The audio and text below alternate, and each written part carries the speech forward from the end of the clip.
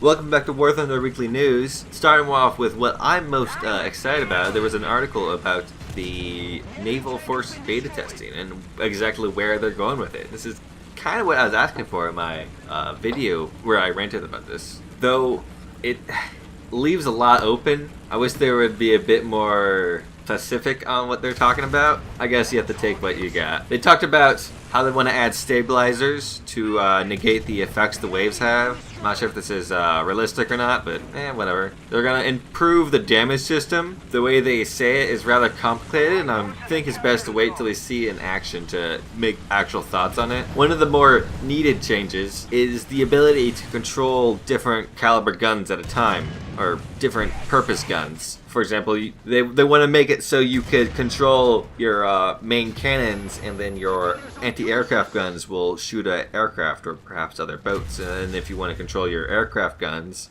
your cannons will shoot automatically. What I'm hoping it is going to be a lot like Battle Stations Pacific, that old game. They did it pretty well there. They want to make it so you're a bit more in control with what's going on in your boat in a sense. Repairs and fire extinguishers and all that will be done by the player, not automatically, which could be a good thing and a bad thing. They might do it like tanks where you have to research the modules, which will be really annoying.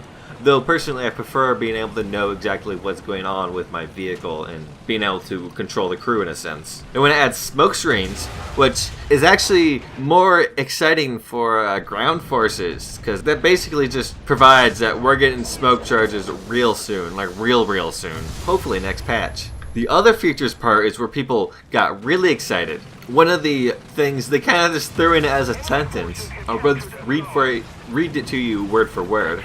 Besides general gameplay improvements, all of these changes will let us add larger ships to the game.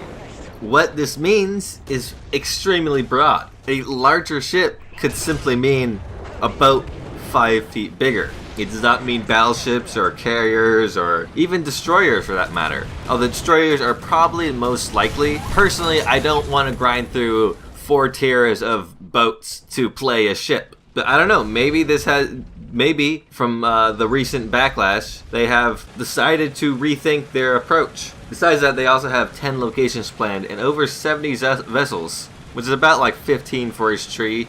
That'll be exciting, and hopefully we'll see those soon.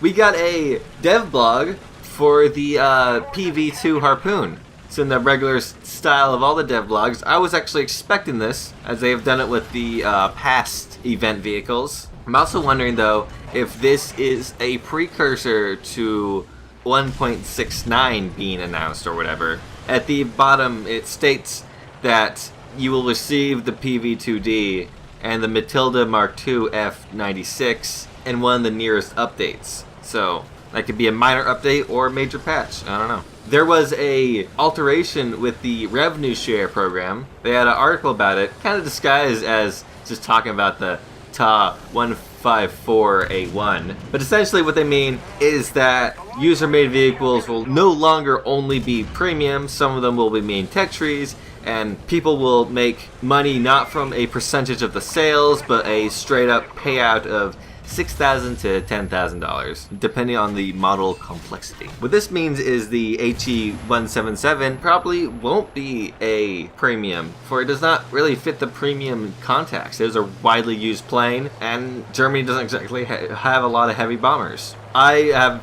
not made any money from the revenue share program because I can't 3D model things, so I can't really say too many thoughts on the change of payout, but more free stuff is always good. Related to the revenue share program, a YouTuber by the name of Many Miles Away had a live stream with other YouTubers, including a weebie who really doesn't make much videos anymore. Apparently he's been busy with being actually productive, but he's also been busy with in some way preparing a user-made Vulcan that he wants added to the game. Apparently they have a model that can work in-game. It's not as detailed as they want it to be. I don't know. It has a cockpit, but the issue is that the Vulcan has a crazy bomb load. It's really fast. It will end games quite easily if left alone. Although it has no defensive or offensive, to my knowledge, armament. And apparently they've been doing tests to see if it is OP or not, I'd suggest watching Miles' podcast for more in-depth information on this aircraft. But there's the possibility we may see it in the future, we may not. The devs did another Q&A and amazingly told us nothing, really. The questions they chose were rather broad. The answer they gave us were rather broad. And I'm far too lazy to read it all out for you. So the links will be in the description, as always. The details of the event vehicles have been found by Mike 10D. Nothing unexpected. You can read it over and get hyped. Me, not so much, because I don't think I'll be completing these challenges, because I suck. In the changelog, it was noted that there was an increase in rewards for the PvE mode. I doubt it'll be taking up the usual gameplay by any chance. They also increased the cost of respawning in PvE mode by 30%. And finally, the Firefly got more ammo, but not enough to actually do anything. The plane's shit. Thank you for watching. If you've liked what you've seen, hit the subscribe button, and I will attempt to make one of these every week. But sometimes I'm a little lazy and do it at 2 in the morning on Monday. Hit the like button if you've enjoyed this video. If you did not enjoy the video, hit the dislike button, and have a good day.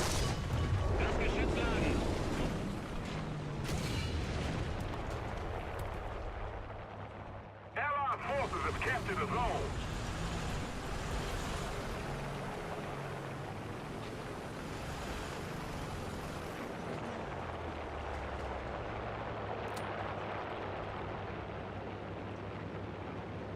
Wir brauchen Artillerieunterstützung.